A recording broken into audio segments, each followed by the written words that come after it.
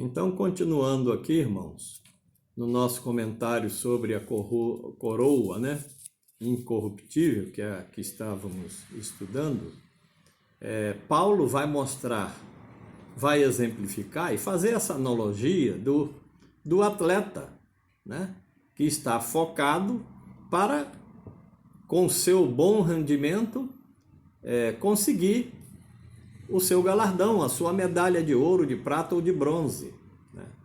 Da mesma forma que o cristão na sua luta. A única diferença que Paulo vai mostrar é que a coroa, o galardão, a medalha que os atletas recebem quando conquistam as suas disputas, né? São vencedores nelas. A diferença é que essa coroa, essa medalha que eles recebem é corruptível, né? Daqui a 2, 5, 8, 10 anos está se enferrujando e perdendo até o valor. Agora, diferentemente do nosso galardão, a nossa coroa é incorruptível, né? Primeiro porque ela está ainda sendo cuidada, guardada pelo Senhor, né? Segundo, que será Ele próprio quem vai nos dar, Ele quem confeccionou, né? E será de primeiríssima qualidade, né? De altíssima qualidade, e mais do que isso, né? Espiritualmente falando, né? Porque é algo extraordinário, né? É um sentimento abstrato, né? No sentido, hoje, né? Nós pensamos assim, mas quando estivermos diante do Senhor, estaremos recebendo o nosso galardão, né? E só Ele e nós saberemos, né? Eu não saberei que tipo de medalha qualquer um dos irmãos estará recebendo, e nem os irmãos saberão que tipo de medalha eu estarei, ou galardão, ou coroa estarei recebendo, né? Nós não saberemos uns dos outros. Isso é algo entre nós e o Senhor, né? É Ele quem vai julgar. Então, o que recebermos será do tamanho da nossa obra, justamente do tamanho da nossa obra, né? Nem mais, nem menos, né? E então essa é o nosso conforto, né? O apóstolo Paulo, nesse texto que nós lemos, né? Ele mostra a necessidade da nossa luta diariamente, né? Contra a própria carne e os desejos dela, né? E Paulo, ele vai nos mostrar, né? E dando o exemplo de que no verso 27, ele diz que ele se esmurrava, né? Porque aquilo que ele gostaria de fazer, ele não fazia. Aquilo que ele não queria fazer, era exatamente aquilo que ele fazia. Então ele esmurrava o seu corpo, reduzia-o à escravidão, ou seja, o apóstolo, ele era diferenciado por isso, né? Porque ele tinha domínio, né? Para não ser encontrado desqualificado, né? Nós não temos dúvida de que Paulo será um homem, um servo de Deus muito bem galardoado, receberá, porque ele próprio diz, né? Ele próprio teve a oportunidade de dizer, sem falsa modéstia nenhuma, né? Sedes meus imitadores, porque eu sou de Cristo, como eu sou de Cristo, né? Então era uma responsabilidade muito grande, né? E era revestido mesmo de uma autoridade pelo Senhor. Foi um grande servo do Senhor. Não foi perfeito, né? Não foi perfeito. Teve lá suas dificuldades, a palavra nos mostra, mas foi um servo autêntico, né? fiel à palavra do Senhor, né? Não se dobrou em momento nenhum a nenhuma movimento em torno, fora da palavra. Muito pelo contrário. Se alguém lançar outro fundamento sobre este evangelho, seja considerado anátema, né? Desqualificado mesmo, desqualifica mesmo, né? Porque a palavra de Deus é fiel. E ele tinha essa completa compreensão, né? Dificuldades, irmãos, terminando essa parte dessa coroa, né? Dificuldades acontecem, né? Estão presentes na nossa vida. Mas o próprio apóstolo Paulo, ele teve a oportunidade de dizer, depois de todo esse enfrentamento, né? Que ele tinha acabado a carreira, né? Acabei a carreira, guardei a fé, né? E estava ali já aguardando aquilo que o Senhor iria fazer com ele, né? Levá-lo para a eternidade, para ele, quando nós estivermos também na presença do Senhor, recebermos junto com ele lá as nossas medalhas, né? Outra coroa que a palavra de Deus nos fala está registrada também no apóstolo Paulo, só que agora em 1 Tessalonicenses. 1 Tessalonicenses, capítulo 2, primeira carta de Paulo aos Tessalonicenses, capítulo 2, versos 19 e verso 20. E nos diz assim, olha, 1 Tessalonicenses 2, verso 20. Pois quem é a nossa esperança, ou alegria, ou coroa em que exultamos, na presença do nosso Senhor Jesus em sua vinda? Não sois vós? Sim, vós sois realmente a nossa glória e nossa alegria. Paulo está dizendo aqui que ele tinha um imenso prazer, um imenso gozo em saber, em ver que almas foram levadas ao Senhor pela sua palavra, pelo seu testemunho, né? Pelas suas ações. Então a coroa de alegria, ela está presente, né? Essa coroa é em relação àqueles que têm levado pessoas à salvação. Vamos ver ainda o que ele fala, só que agora na carta aos Filipenses. Na carta de Paulo aos Filipenses, no capítulo 4, verso 1,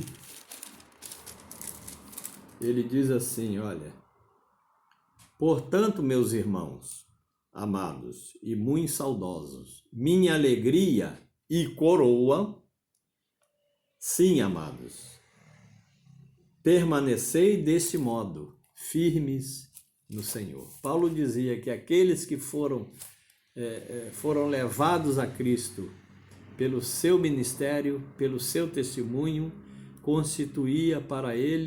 se constituíam para ele em coroas, coroa de alegria, né?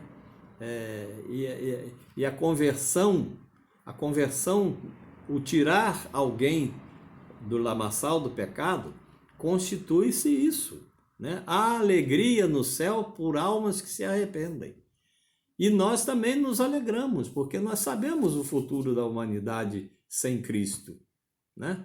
Será eterno, será com Satanás e seus anjos.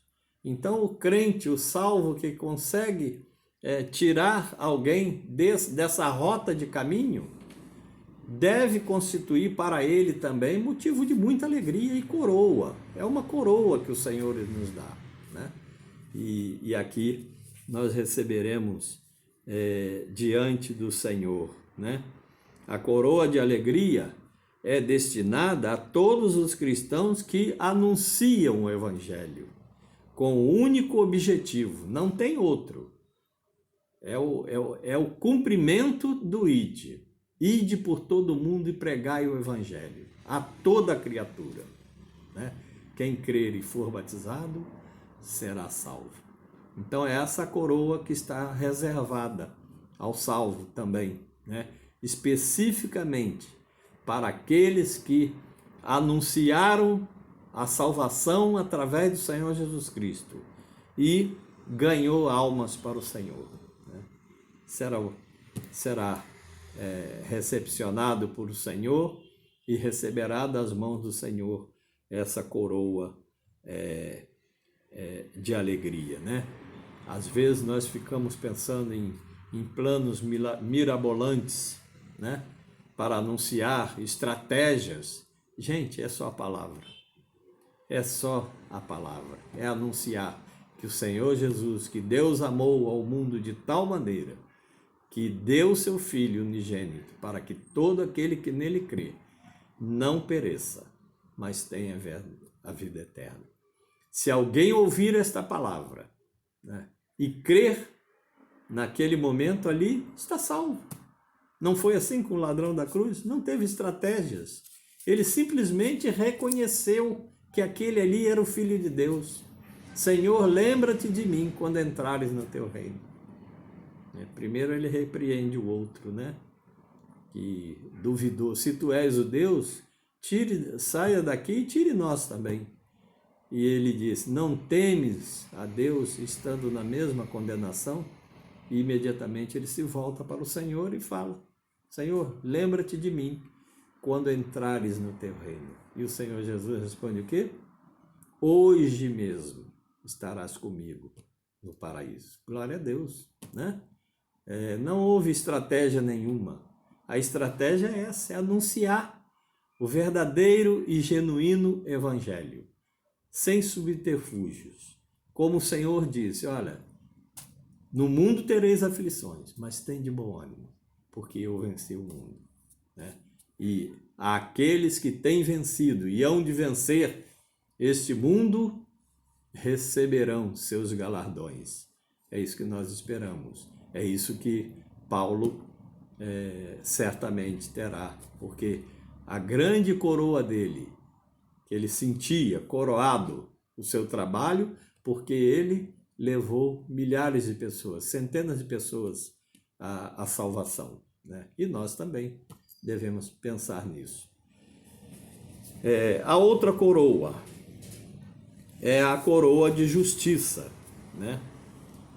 Depois dessa aqui ainda tem só mais uma, né? São 5 coroas no total. Coroa de justiça. Vamos ler também Paulo falando, né? Agora escrevendo a seu servo na fé, a seu filho na fé, melhor dizendo, né? 2 Timóteo, capítulo 4, verso 6 até o 8. 2 Timóteo 4, de 6 a 8. Olha, nós já até citamos esse versículo quando falamos alguma coisa sobre Paulo encerrando o seu ministério, né? Então ele diz, quanto a mim, Paulo falando, quanto a mim, irmãos, estou sendo já oferecido por libação. Ele já sentia o final da sua vida, né? Ele já sentia-se plenamente realizado para aquilo que ele foi chamado, né? E o tempo da minha partida é chegada. Olha a constatação dele, né? Combati o bom combate. Primeiro, Paulo enaltece o combate que ele estava. Não é uma lutazinha qualquer. Não é um combate qualquer, não. Não. É o bom combate. Lutar pela causa de Deus, pela causa do Mestre, é bom. É o bom combate. É o genuíno combate. É tirar almas da perdição. Então ele diz isso. Combati o bom combate. Completei a carreira que foi proposta a ele. Paulo foi comissionado lá naquele caminho de Damasco. Paulo, Paulo, a quem tu persegues? E o Senhor Jesus ali se apresenta para ele, né? E ele, momentaneamente, ele ficou cego, mas depois recuperou a sua visão e por 3 anos ficou sendo instruído. na sua missão, para a sua missão. E aqui Paulo está apresentando o final dela. Combati o bom combate. Ele foi chamado para lutar por um bom combate, num bom combate, decente, ético, né? Onde iria tirar pessoas do inferno. E Paulo tirou, né? Pela instrumentação do Senhor, né? Completei a carreira. A sua carreira era aquela ali. Havia muita violência naquela época, muita perseguição à igreja. Paulo estava preso, foi preso em Roma e lá morto, né? Como boa parte dos discípulos, dos seus colegas apóstolos, né? Transmissores também da palavra de Deus. A sua carreira estava terminando. Ele fala isso, completei a carreira. Mas, independente do que houve com Paulo, independente do que houvesse até mais à frente, né? E ele acaba decapitado em Roma, né? Pelo Império Romano. Independente disso, a fé foi guardada. Ele não retrocedeu na sua fé, né? Morreu dando testemunho da palavra de Deus, né? Cumprindo a sua missão. E no verso 8, ele diz: já agora a coroa da justiça me está guardada. Paulo tinha plena consciência, né, de que o seu sacerdócio na terra foi realizado, se não perfeitamente em todos os aspectos, mas num padrão alto, num padrão de convivência com o Senhor, de obediência a Deus, né, a ponto dele se colocar como exemplo para todos nós, né? Sede meus imitadores, como eu também sou do Senhor, né? Um homem santificado em todas as suas atitudes, um judeu que deixou de lado todos aqueles dogmas para trás, né? Perseguia a igreja. Ele estava indo para Damasco para manietar, para prender os cristãos, né? E ali ele se encontra com o Senhor Jesus e muda a sua vida extraordinariamente bem, né? Para o bem. E aqui nós vemos Paulo fazendo uma reflexão do que foi a sua vida, no final dela, né? E a plena consciência que ele tinha que receberia a coroa da justiça, porque ela já estava guardada pelo Senhor para aqueles que, diz aqui, olha, e me está guardada, a qual o Senhor reto juiz me dará naquele dia, e não somente a mim, né? Paulo recebeu isso do Senhor, o Senhor mostrou a ele, né? Ser fiel até a morte, dar-te-ei a coroa da vida, né? Ele tinha plena consciência disso, né? E não somente a mim, mas também a todos quantos amam a vinda do Senhor. Irmãos, nós estamos atravessando momentos dificílimos. A tendência é que aumentem até, né? Porque nós estamos aproximando-nos do final do tempo, nos finais do tempo. A volta do Senhor está muito próxima, né? Eu gosto de pensar nesse aspecto, escatologicamente falando, né? Olhando para Israel. Eu olho muito lá para o calendário judeu. O judeu está completando esse ano 5.781 anos. Eu não quero falar nada, não quero marcar data, não é isso, não se trata disso. É a proximidade da volta do Senhor Jesus, que nós estamos por um estalo. 1000 dias para nós é como um para o Senhor. Se nós formos pensar, o calendário judeu está chegando próximo ao 7º dia já. Vamos fazer uma conta aqui, olha.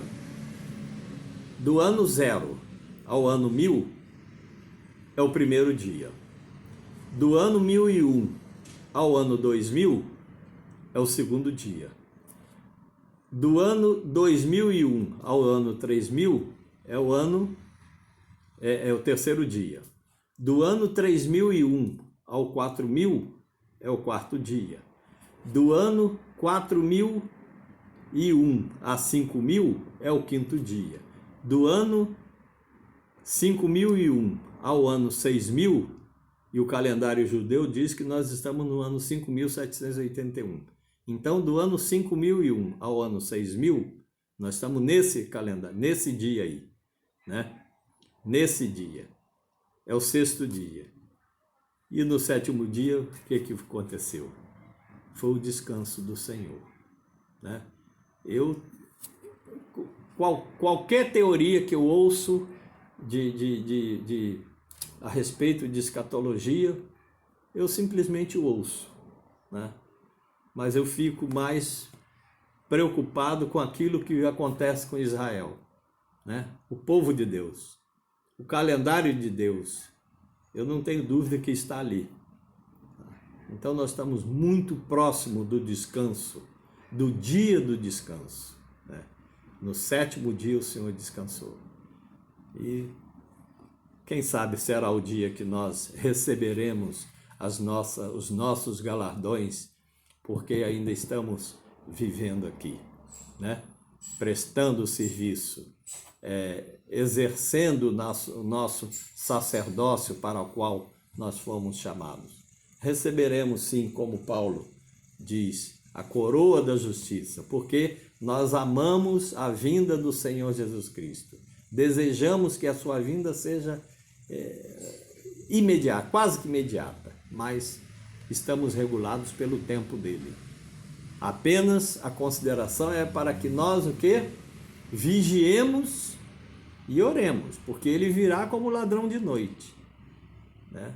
Quando menos se esperar, a igreja sai, né? O Espírito Santo sai. O Senhor voltou com alarido e voz de trombeta, voz de arcanjo, né? E nós estaremos, se estivermos já morrido, baixado à sepultura, ressuscitaremos. E depois, naquele momento da sua vinda, a igreja que estiver presente, os servos que estiverem presentes, serão recebidos também pelo Senhor. E nós estaremos para sempre com o Senhor e passaremos pelo tribunal de Cristo para receber os nossos galardões, não para sermos condenados, né? Esses que serão condenados estarão diante do grande trono branco, né? Ali sim será o julgamento das nações, o julgamento de todos aqueles que trilharam o caminho de Satanás, e ali eles serão recebidos com a sentença já determinada, como está na palavra, né? Para trás de mim não vos conheço, né? Ide para o fogo eterno. Para a igreja, não. O Senhor: vinde bendito do meu Pai, possuí por herança o que vos está preparado desde a fundação do mundo, né? Então isso, nos contentemos com isso, né? Estaremos para sempre com o Senhor, e Paulo tinha essa esperança, como nós devemos ter, e estejamos certos que estamos muito próximos da vinda do Senhor. Estamos quase ao final do sexto dia, né? Pelo calendário judaico, né? Do povo de Israel. Então a coroa da justiça é para os que amam a vinda do Senhor Jesus Cristo, né? O Salmo 97, verso 2, né, nos fala que se nós fôssemos depender de nossa justiça, jamais alcançaríamos essa coroa. Mas ele, o nosso Deus, com ele não é assim.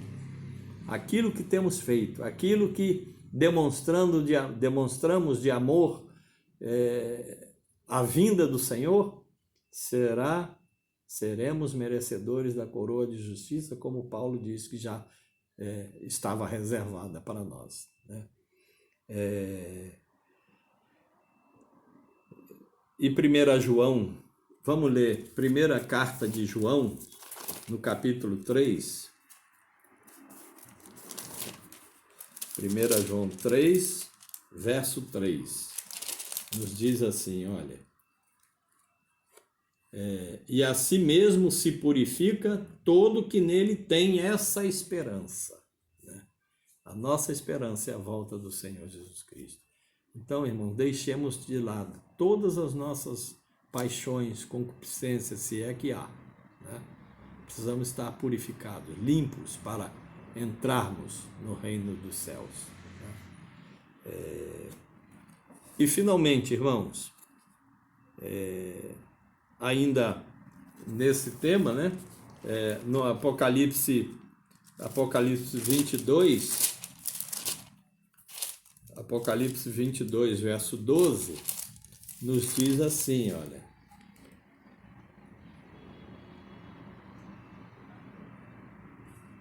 eis que venho sem demora, e comigo está o galardão, que tenho para retribuir a cada um, segundo as suas obras. Esse versículo deveria ser o fechamento, depois do outro comentário sobre a outra coroa, né? Mas essa é a nossa expectativa, né? Receberemos das mãos do Senhor.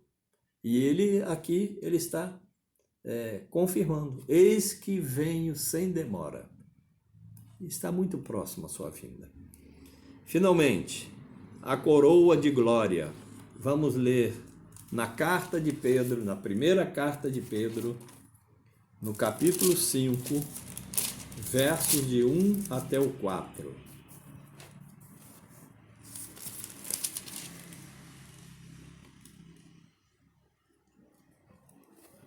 Aqui, essa coroa vai falar a respeito daqueles que lideram, né? Não só a igreja como um grupo que compõe a igreja, né? Uma igreja local, não é só esses não, mas aqueles que lideram tantos grupos de pessoas que estão envolvidos com o ministério da palavra de Deus, né? Rogo, pois, aos presbíteros que há entre vós, eu, Pedro, né? Presbítero como eles, e testemunha dos sofrimentos de Cristo, e ainda coparticipante da glória que há de ser revelada. Pedro está dizendo que é coparticipante com eles, com os presbíteros das igrejas, né? Pastoreai, agora vem o conselho: pastoreai o rebanho de Deus que há entre vós, não por constrangimento, mas espontaneamente, como Deus quer, nem por ganância. E aqui ele usa uma palavra muito pesada, né? Sórdida ganância, né? A ganância em si já é repulsivo, ainda mais acompanhado da sordidez, né? Sórdida ganância, mas de boa vontade. Quando nós estamos ou vamos executar um trabalho para o Senhor, deve ser dessa forma, por vontade, por alegria, não querendo auferir recursos, não tirar proveitos disso, né? Não é isso, né? Não é isso, né? A palavra de Deus é muito simples nesse aspecto, né? Ela é incisiva, direta, né? Nós não estamos aqui para nos enriquecermos por causa do ministério. Não é isso. Deus não precisa disso. Ele é quem nos dá, Ele é quem nos supre, Ele é quem faz com que todas as necessidades que nós venhamos a ter na administração do ministério, Ele é quem vai suprir. Claro que motivando irmãos a nos ajudarem quando for o caso, né? Agora, não havendo necessidade, não temos por que ter essa expectativa de receber recursos financeiros para isso, né? Direto ao assunto, né? Não é esse. Paulo não deixou exemplo nenhum. Ele mesmo fala que em momento nenhum ele foi pesado. Ele trabalhava, ele era fabricante de tendas, trabalhava exatamente para isso, né? Então, Paulo aqui, Pedro aqui está nos mostrando como devemos ser, né? Como servo, como líderes, né? Modelos para os demais. E então Paulo vai mostrar nisso, né? Essas pessoas, os líderes, a liderança deve ser modelo para o rebanho. As dificuldades ministeriais às vezes surgem, né? Podem ser mais difíceis que a da própria ovelha, às vezes, né? Mas o Senhor é o supridor de tudo, né? Não devemos gerar a expectativa de enriquecer por causa do ministério que exercemos. Francamente, eu não vejo nenhum momento exemplo disso, né? Infelizmente, hoje nós estamos vendo pessoas milionárias por causa do ministério da palavra de Deus, no uso do ministério. Deixa com o Senhor há de julgar isso, né? E todos nós estaremos diante do tribunal de Cristo, né? O Senhor Jesus, lá em Apocalipse capítulo 3, verso 1, ele diz: conserva o que tens, para que ninguém tome a tua coroa, né? Portanto, os que estão militando em prol do